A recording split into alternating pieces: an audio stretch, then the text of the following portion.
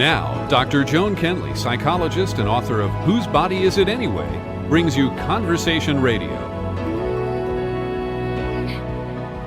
There comes a time when we heed a certain call, when the world must come together as one. We can't go on pretending day by day that someone somehow will soon make a change. Hello, I'm Joan Kenley, welcoming you to the Joan Kenley Show, bringing you Conversation Radio, a program where talking really matters. And today we're focusing on the fact that healthcare must start at home. And I gotta tell you, it can only be done one person at a time in order to do what we're calling greening your health. Because we know this is the imperative for greening our planet. Yes, we are the world, as indeed the lyrics of the song propose. We have the choice to save our own lives, from what we choose to eat, to what we wear, to how we live, don't you think? And the world of health professionals must focus on prevention. It does indeed, and on educating us about nutrition, staying well, and all the treatment options. And when it comes to the food you eat, you really must see the feature film documentary Food, Inc. It's about how industrial food is making us sicker, fatter, and poorer, and what you can do about it. This film is a real eye-opener for everyone, as are all of Michael Pollan's books, which are listed in our resources. And I have to tell you, I am truly delighted to have two outstanding Bay Area health experts in the studio today. They're going to help us sort all of this out, and they'll be giving us some wow information about living green, and you can bet on it. And as always, at the end of the program, we'll be giving you great resources and actioned ideas for greening your health. So now, a big welcome to Dr. Joel Kreisberg and Dr. Ed Bowman. Joel is the founder and executive director of the Teleosis Institute. It's an institution dedicated to reducing healthcare's footprint while broadening its ecological vision. Dr. Kreisberg is an adjunct professor at the School of Holistic Studies at John F. Kennedy University in Pleasant Hill, California, and he's the author of The Homeopathic Treatment of Poison Ivy and Poison Oak, and also An Integral Ecology of Sudden Oak Death. He continues to teach worldwide and maintains a private practice in homeopathy and integrative healthcare in Berkeley, California. Dr. Ed Bowman is the founder and director of Bowman College, a leading school that focuses on holistic nutrition and culinary arts. His Eating for Health model serves as the foundation for the Bowman College curriculum and for nutrition studies in the master's program at JFK University. For more than 30 years, Ed has been a leader in his field, and his dream is for holistic nutrition, culinary arts, and gardening to become part of public school and public health programs throughout California and possibly beyond. Joel, with your background as a chiropractor and homeopath, tell us about founding the Teleosis Institute.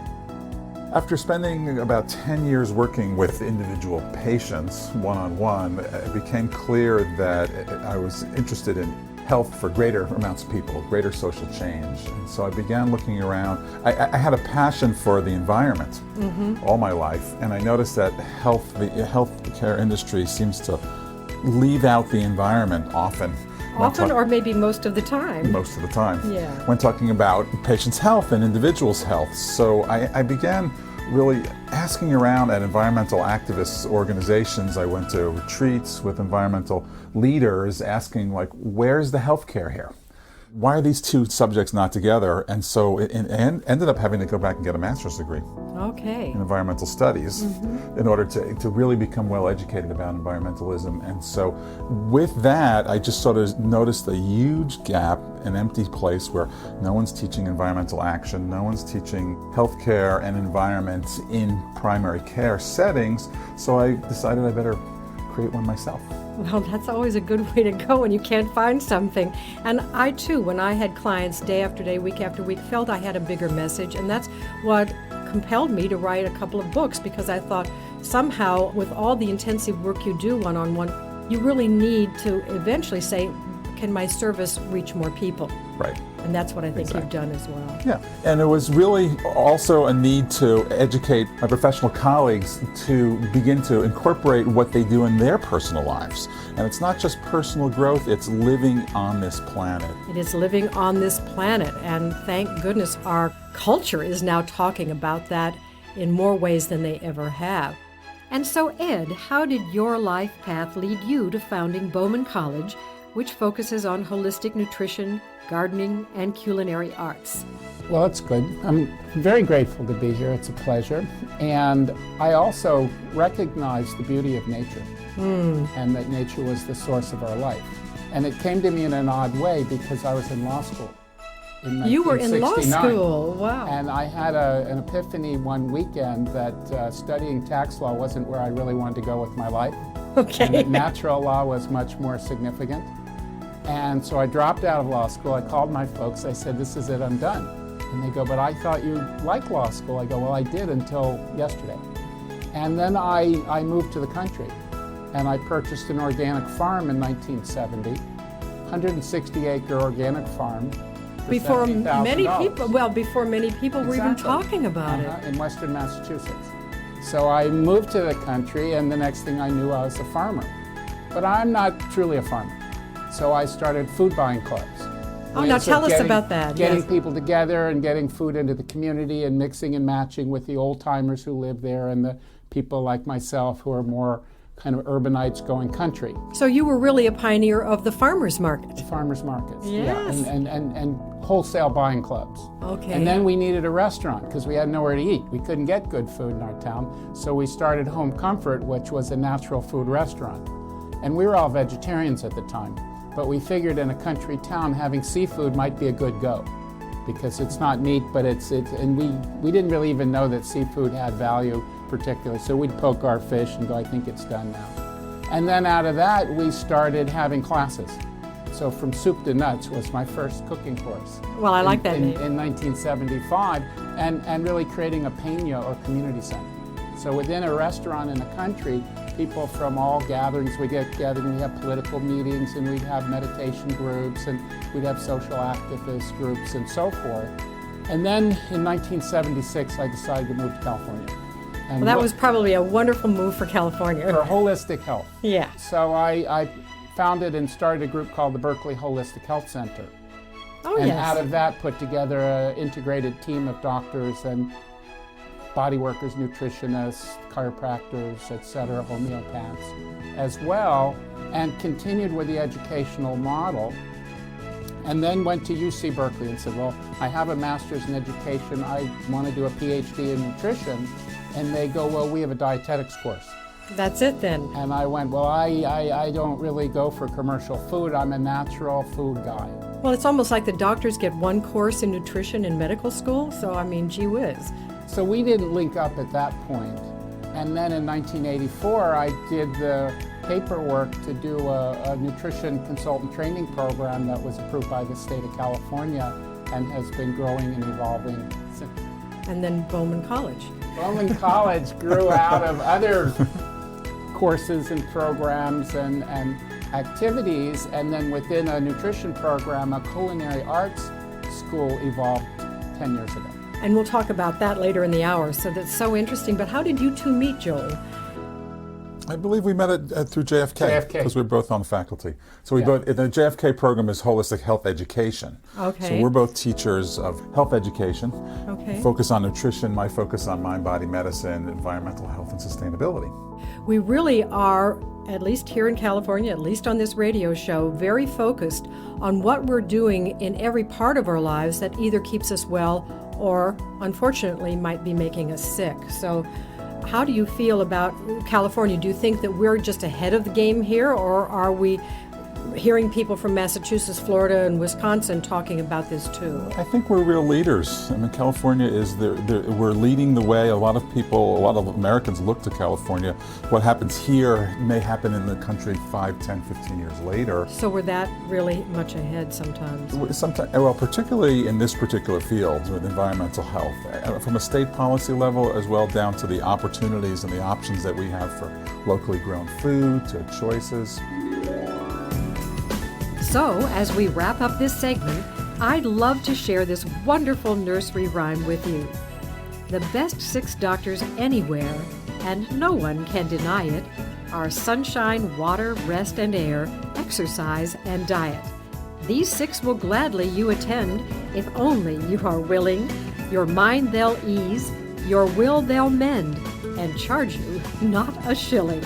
So next we're going to talk about mindless eating, why we may eat more than we think, and why we eat foods that aren't good for us. You'll really need to hear the lowdown on processed foods and nutritional labeling. We have a few surprises for you. Keep listening. We'll keep talking. More in a moment with Dr. Joan Kenley, psychologist and author of Whose Body Is It Anyway?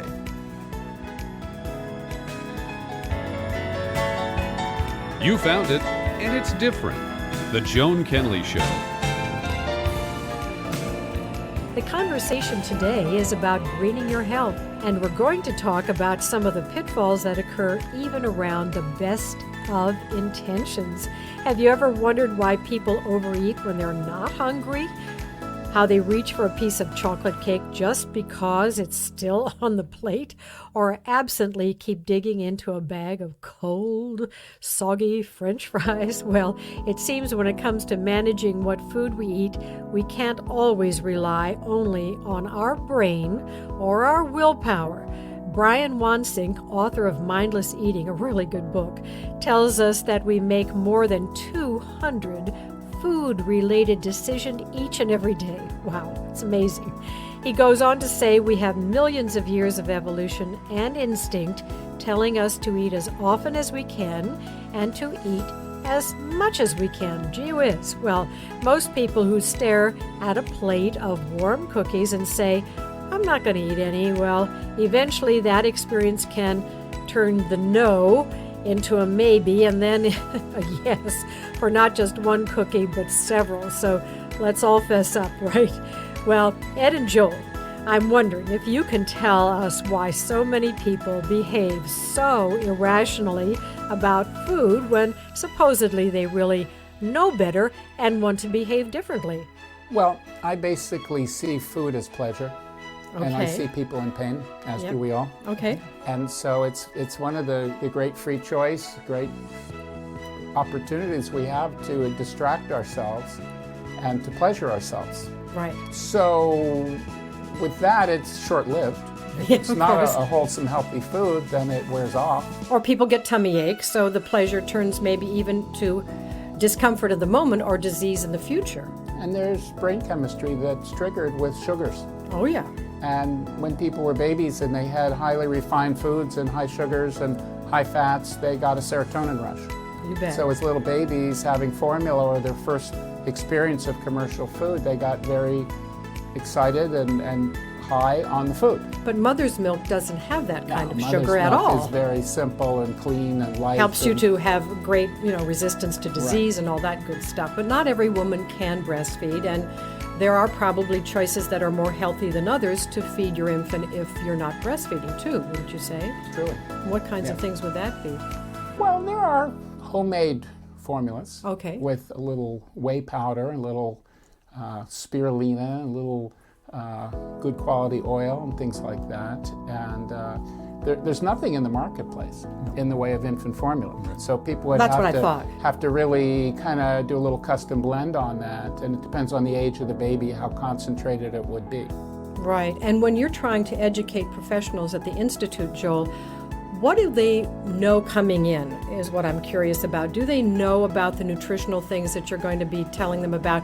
Because first of all, they had the idea to get to you, which gives them, a leg up in the first place. But basically, most doctors don't focus on or have enough education about nutrition. But primarily what's happening is who I'm seeing come in and going into our training programs are people, physicians and practitioners who already are thinking about natural medicine, thinking about eating well, and so what we're trying to have them do is connect them to what they already know and see it as part of the greater environment. So what my answer to your original question here is that about why we eat poorly is that at this stage the average person is being branded, I believe, 200 or 300 times a day is what the statistics. So you see words like Nike and you see food, and if you watch television you get drug advertisements. So another piece to why we do mindless eating is that we're constantly being flashed food in front of ourselves, and so that reinforces. But also we're in. being flashed about healthy food that isn't healthy. I mean, for instance, they say go buy this cereal because it's whole grain. Well, maybe a few grains of whole are in the box, but a lot of things are cracked grains or fractured grains. And then also sugar is being added and salt is being added to an enormous degree. I'm particularly in condiments and in these cereals I'm talking about, and in canned foods, for instance, and maybe virtually all packaged food. All packaged food is going to have added ingredients. Some are even off-labeled, but they're still in the food to preserve it or to add flavor when the food was diminished by processing. Right. And so when people look at the label, what are the two most important things to look at? Sodium and sugar, or what other things? Well, ideally they're out of the box and out of the bag. Yeah. Ideally there is no label. Okay. So again, in terms and of... say when you mean out of the box and out of the bag, you mean fresh and whole and at organic. The farmer's market. Yeah, Yes, yeah, exactly. Even at the store. Yeah, Right. And then, again, look at the first three ingredients. That's what I was... So the first three ingredients, it could be whole foods or natural foods. There's carrots and broccoli and celery, but it's not going to be if it's in a packaged food. So it usually will be some kind of flour, some kind of sugar, some kind of fat, and go from there. Even the nutritional values are somewhat misleading. Well, So that's if you what I was go, wondering. how many calories are in the package and how many calories from fats or how many grams of protein. Or what a serving really is. It's a little... It's confusing, questionable. but also we're talking in a very special circle here because all of us have looked at these products and what's happening, and the word processed foods is a no-no in a way, and that's how we can say if you're eating a lot of processed foods, really beware. And what you're saying, Joel, is that if it's from the farm and if you can pick it up and it doesn't have a label on it and it's not in a bag that has all these preservatives in it, chances are you're going to be eating better immediately. Exactly. It does. Buying fresh food, farmers market at the restaurant. At restaurants I can have fresh food as well, but at the supermarket is automatically giving you healthier food.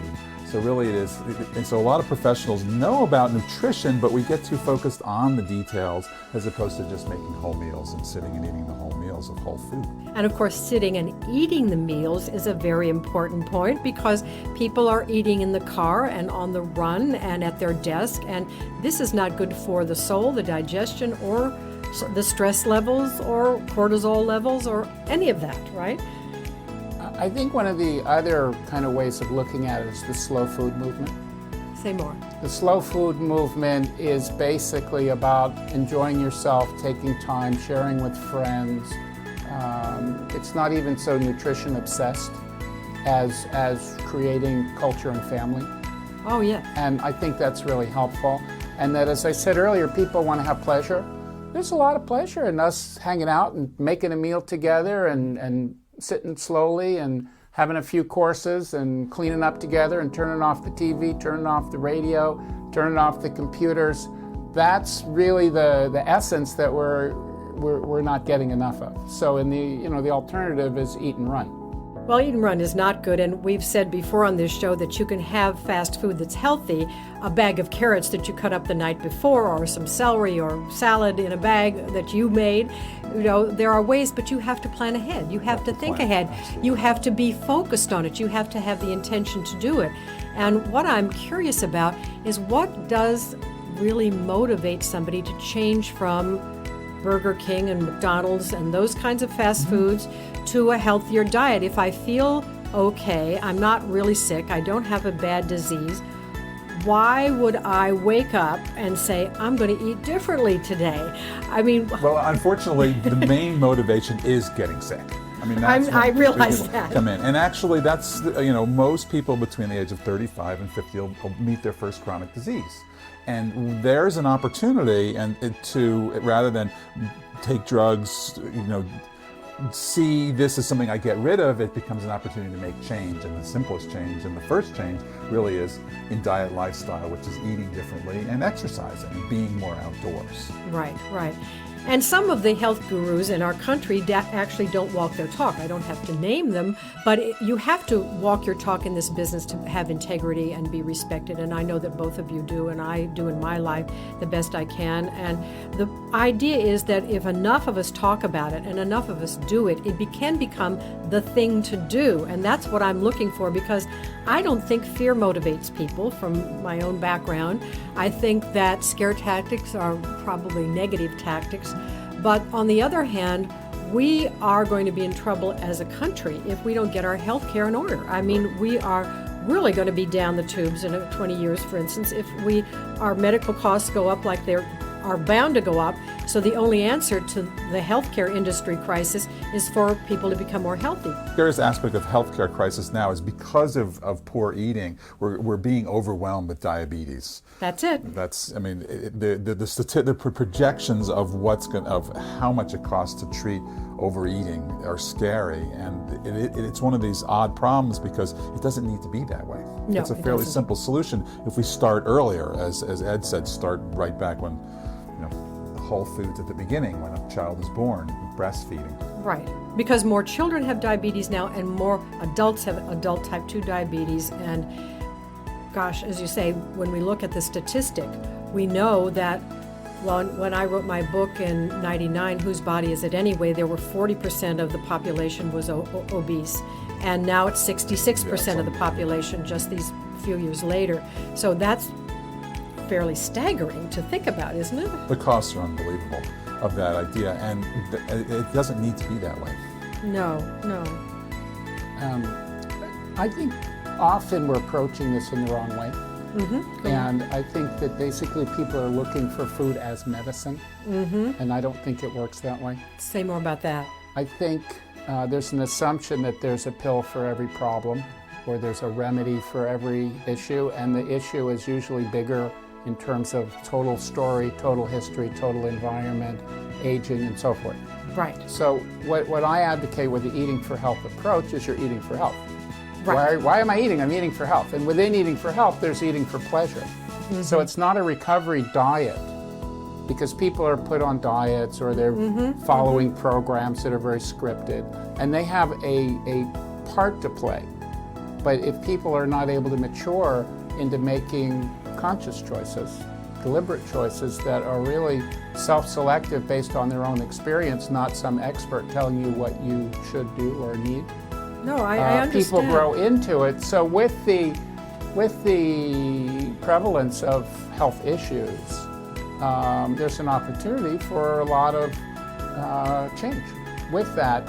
And people are also looking for what works.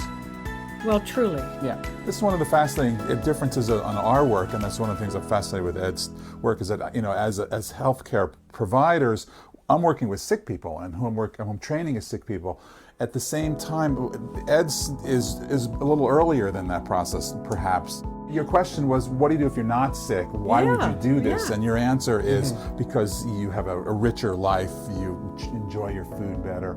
You change your relationship into a wellness relationship versus I'm trying to heal myself. Which is more fun. Yeah. People are aware that their life isn't so much fun if they're jam-packed from the time they wake up till the time they go to bed. So it can become a healthy carrot to say it's a better life. But let's say I'm going to talk about how we eat with others socially, but when we were youngsters, we would go to one grandparent's for lunch and have all the mashed potatoes and heavy stuff in a German family, and then we would go to the other side of the family and eat as big a meal in the evening. So of course I had to learn by the time I was in third grade that I had to limit my eating or I was going to be as big as my grandmother's. So I've been conscious about eating just to be more healthy for quite a long time. But it says when we're with people we like, we tend to eat for a longer period of time than when we're by ourselves. But if we're eating good things, that's different than if we're eating a lot of bad stuff. So if you're sitting around the table having fun, there's a good chance more food will find its way into your tummy. But besides, it's just good manners to wait till everybody is finished before turning away from the table. But eating is like shopping. The longer you stay at the store, the more you buy. The longer you sit at the table, maybe the more you're going to eat. And so when we look at these mindless eating statistics, it says that if you're with one other person, you might eat 35% more. And if you're with a group of 7 and up, you might actually eat double the amount. But if double the amount is a delicious bowl of cooked carrots with thyme and sage and rosemary, and it happens to be a huge salad over here that we're picking at and loving because the dressing is so delicious and not too heavy, then it's not so bad to say we're going to eat more. It's if you eat more badly that's the danger signal for us. So as we go to break, I want you to consider the journey food takes from farm to fork and ask if you know the reasons for choosing organic. What do you need to know about genetically modified foods, those GMOs? Is organic gardening next in your life? We'll continue the conversation in just a moment, and you won't want to miss what's next. Ready for more? Dr. Joan Kenley continues in a moment. Log on to joankenley.com, that's Kenley, to learn more and listen to archived shows.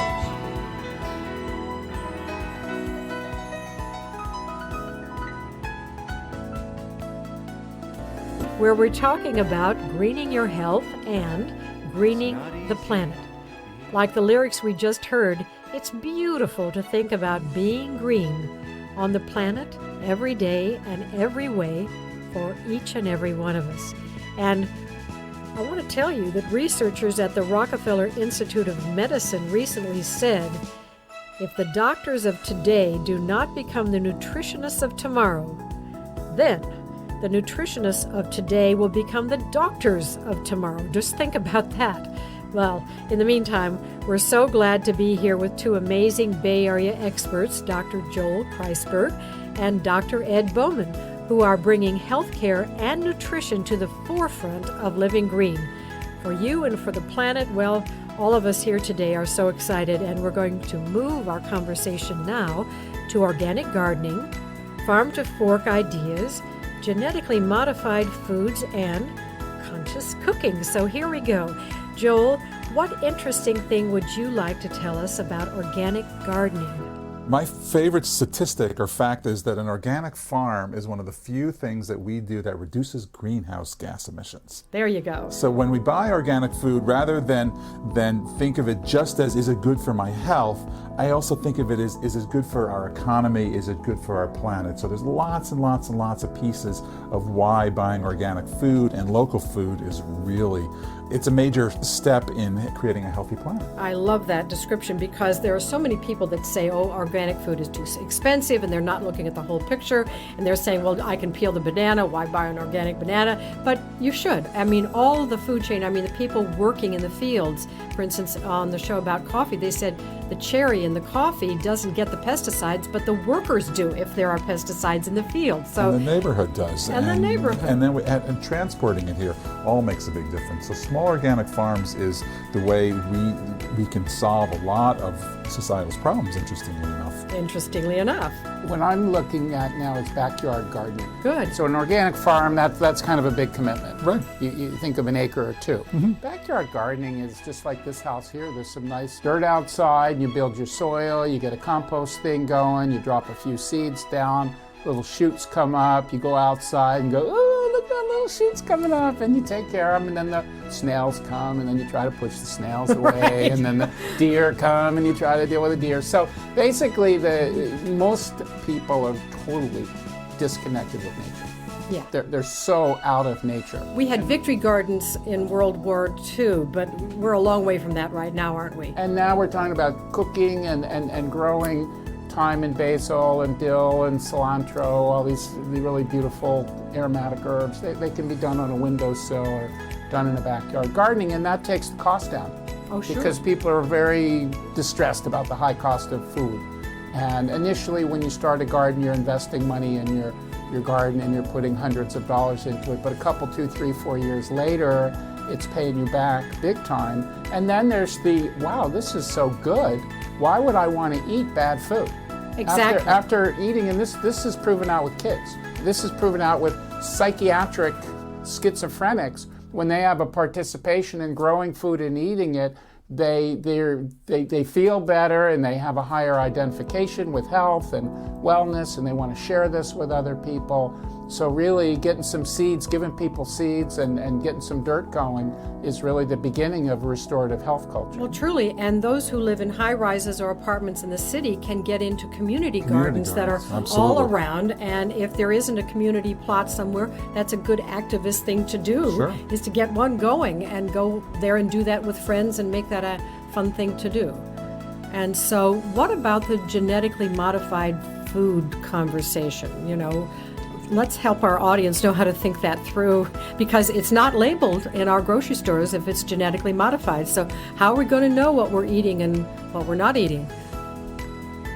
There's a big sigh from Joel over there. That's a hard question, but let me shoot on that. Yeah, start. We've had genetically modified wheat, corn, and soy for 20 years. There you go. And all of a sudden there's this plethora of problems with wheat, corn, and soy. Yeah. And they go, that's bad, that corn is bad for you, that soy is bad for you. No, it's not.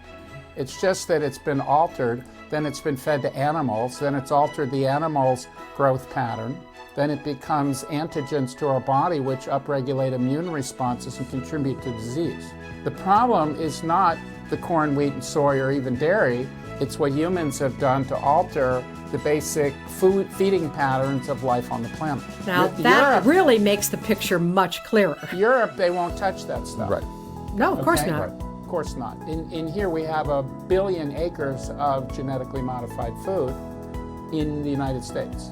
And it's the biggest business, and it puts the seed companies out of business. And the small farmers out of business. So it's heinous, it's hideous, it's malicious, it's dangerous. There's a study I just picked up that said genetically modified potatoes, which is another staple food. People eat a lot of potatoes. We're killing rats in great quantity, and that information was totally suppressed. Well, of course it was. Of course it's suppressed. Any information that's threatening to business is not going to get out.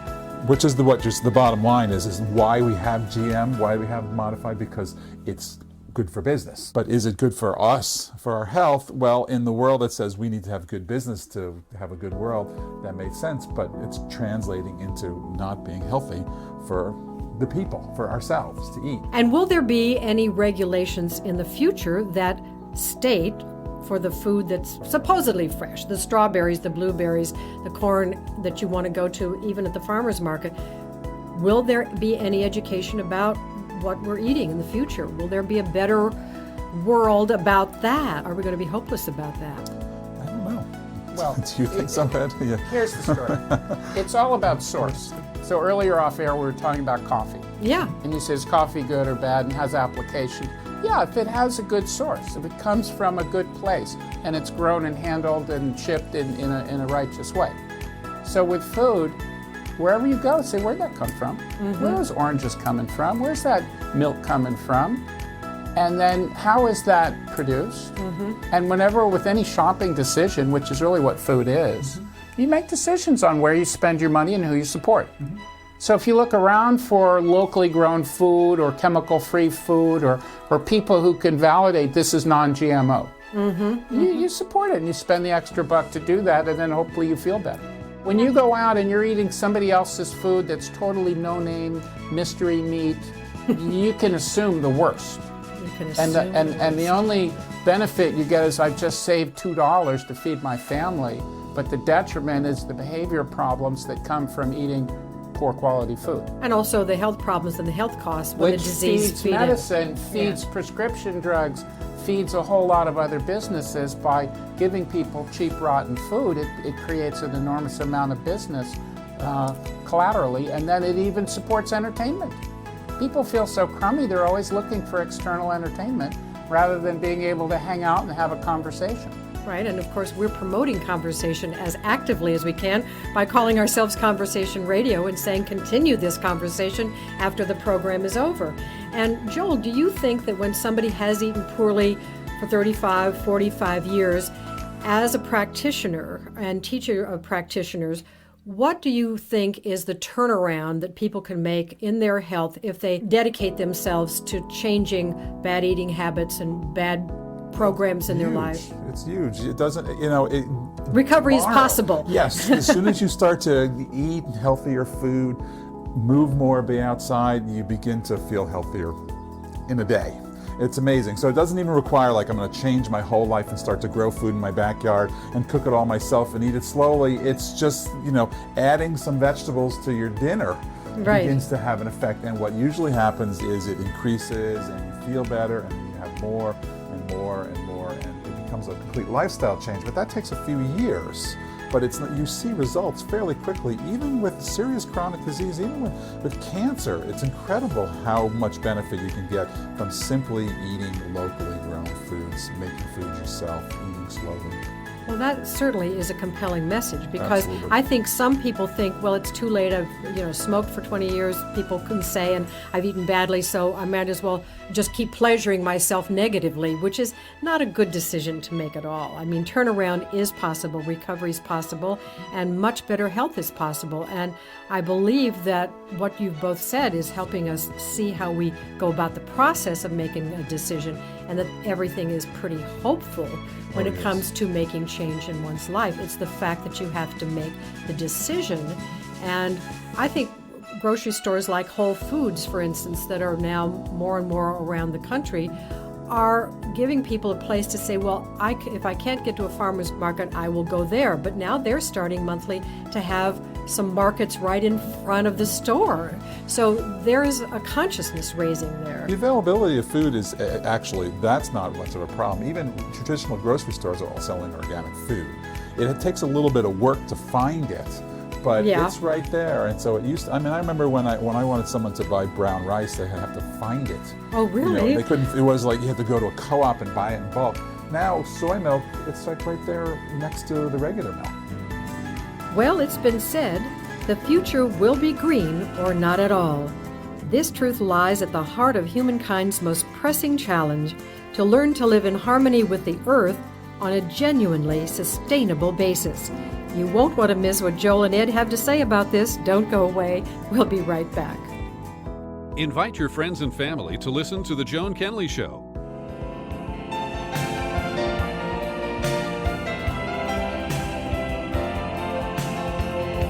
The Joan Kenley Show. Talk radio your way.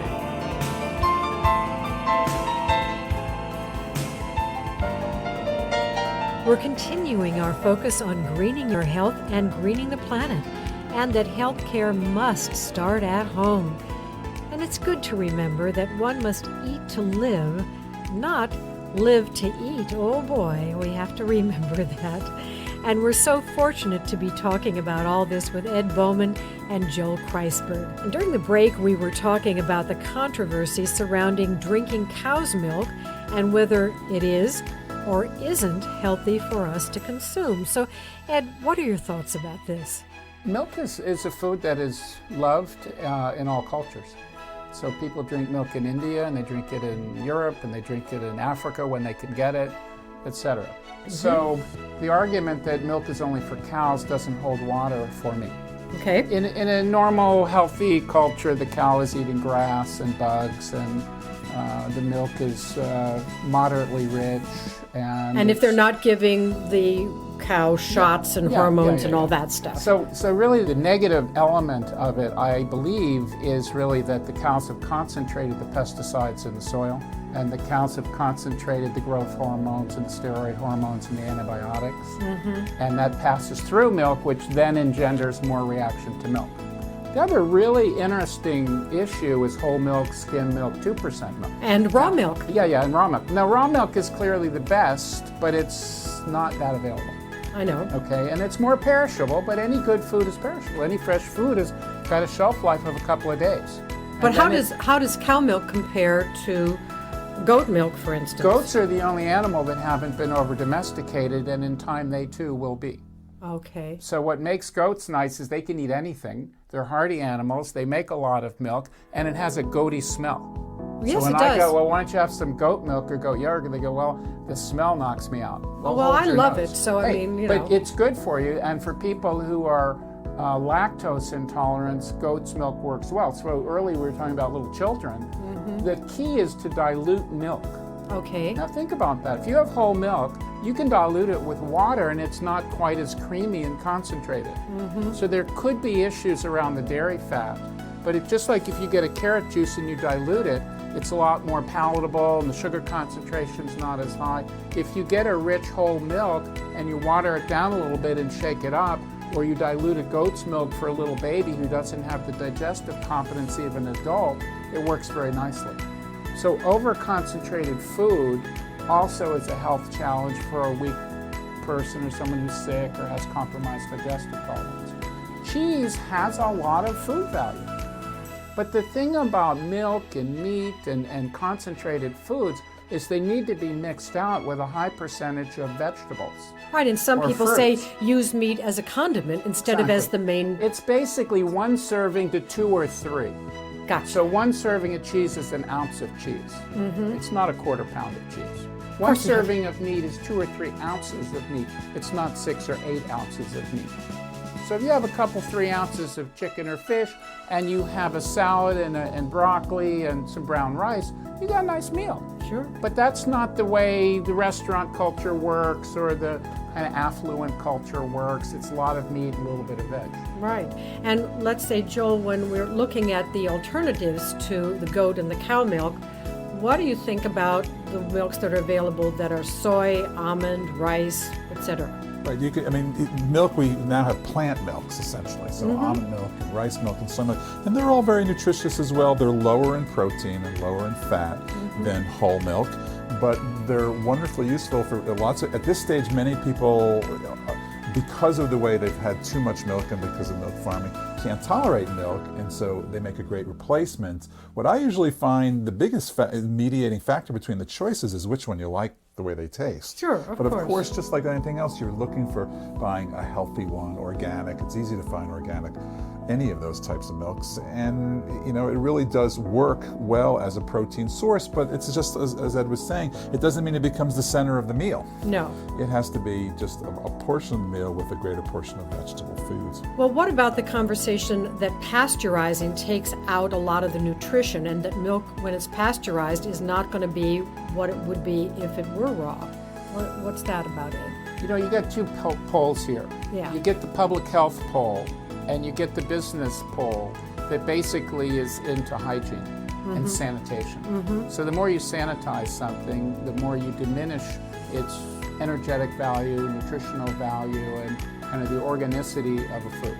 But it's safe. It doesn't have bugs. Right. But Oh, then we when got they a lot of people to feed, and nobody wants to deal with foodborne illness. No. But bugs are resistant to pasteurization too.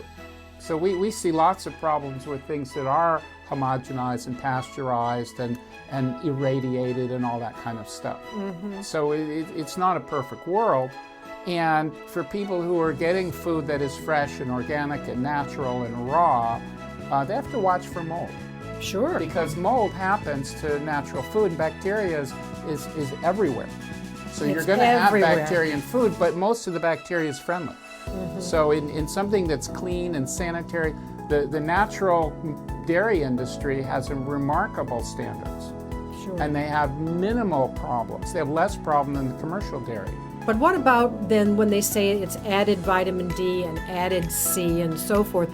Is that really D and C that we can use in our bodies, or is it just an additive? Well, Joe? that's the real big question of vitamins. And, you know, there's a bunch of the recent studies are showing that supplements don't work as well as we had hoped when we really started convincing ourselves that we needed to eat a lot of supplements. Whole foods is the best way of getting our vitamins. And when you add whether they're natural or artificial vitamins to your food, it's not that they don't have a nutritional effect, it's just that our bodies don't really process them as well as we had hoped, and they're not having the medicinal effects that the industry would like us to believe. That's what I was trying to get at. And also, then there's conversation about that we aren't getting the vitamin D that we're supposed to be getting, and we need to get out in the sun for 10, 15 minutes a day, no matter what season it is and so forth. But then people, of course, are wanting to know what foods have the most vitamin D that can be used by the body, rather than going for supplements that may or may not work. So what are your thoughts about that? Well, still the answer is to be outside. I mean, in a green healthcare model, it really is. You can get your vitamin D. You don't have to supplement anything. Just go outside. Go out.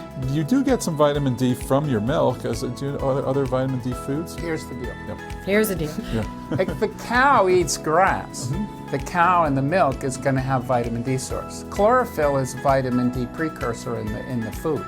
And the fat in the milk is where the fat-soluble vitamins are. So when people go, oh, low fat, you're losing the natural vitamin D and you're replacing it with synthetic vitamin D, which doesn't please me at all. No, I can and see when that. you have soy milk and you put calcium phosphate in there, it doesn't please me at all. Yeah, it doesn't They're work. just trying to create label. You know, it's like a designer label here. We have all the multivitamins in our food. Fortified food is what commercial industry and dietitians are putting forward. Yes, So they are. I'm putting forward natural food grown on natural soil, grown on natural culture, and eaten in a natural way. That's not a very commercial message. Yes, but it's But a healthy message. It's a healthy message. It's a healthy green message. It's a green And message. people can participate in that. You look at the natural people and you look at the people with fortified food, fortified vitamins, and all this other kind of facsimile, which is not real. You show me who's healthier. Oh, sure. Now, you get that? I mean, do. that's what you're looking at, is who's got the energy, who's got the intelligence, who's sort of got their own energy going, or are you dealing with something superimposed to kind of amp people up? Now, there is definitely a role for clinical nutrition and for nutraceuticals and for high dose, but it's a little different conversation. Of course, and we can have that another We're time. talking here about how do you establish a healthy body and a healthy family and a healthy home and healthy all that stuff. And the natural way does take time. Right. So the bottom line, people are going to have to go, gee, I got to cut 2 hours out of my TV. Well, exactly. And when the doctors that come out of your institute, Joel, are practicing around the Bay Area, how do people find those doctors? Are they by calling your institute? Is that what Yeah, happens? primarily the best ways to reach me is through my website, Which is? teleosis.org, teleosis.org. And last year we completed 25 clinics that have greens, that are healthy environments with professionals who are supporting environmental health and thinking about sustainable practices. And what kind of doctors are they? They're all types. So they're primary care physicians, acupuncturists, chiropractors, nutritionists. It pretty much covers the whole range. Wonderful. That's great. And the Bowman College and the Bowman Nutrition Clinic is something that you are working with. So I host a variety of parties. One is a cooking school, and one is a nutrition training program, and that's at bowmancollege.org, Okay. BAUMAN college.org. And then I work with associate nutritionists and health practitioners to do individual cases at bowmannutrition.com. And I lead fasting retreats and rejuvenation retreats so people get together and have a good time in a retreat situation. Fantastic. This is so great. I think you both have to come back for another show because I have so much more to talk to you about. And earlier in the show, you all heard the familiar Muppets song, It's Not Easy Being Green. And little did the lyricist know when he crafted the song that the word green would be one of the hottest words in our vocabulary today as we talk about sustainability, ecology, and life on our planet. So, with a nod to the creators, I'd like to close by taking some liberty with the lyrics, encouraging everyone to make the shift to being green not just easy, but an imperative. So, when green is what you hope to be, it could make you wonder why. But why wonder why? Being green will do just fine. It's beautiful, and it's the way we all need to be. So Joel and Ed, I want to thank you so much for being here with us today. It's been a really fascinating, wow kind of show. So much information. Thanks a lot.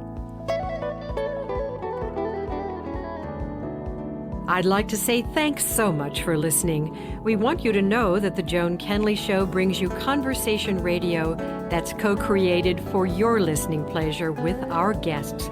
You can find out more about today's subject and how to reach our guests on my website, joankenley.com. That's Kenley, where all our shows are archived, downloadable, and podcastable 24/7. We're also on iTunes and the other top 10 podcast directories. Huge thanks go to those who made this show possible, Peter B. Collins and Christy Healy, and here in the studio, Nathan White, engineer and technical producer. This is Joan Kenley inviting you to keep listening, and we'll keep you in the conversation.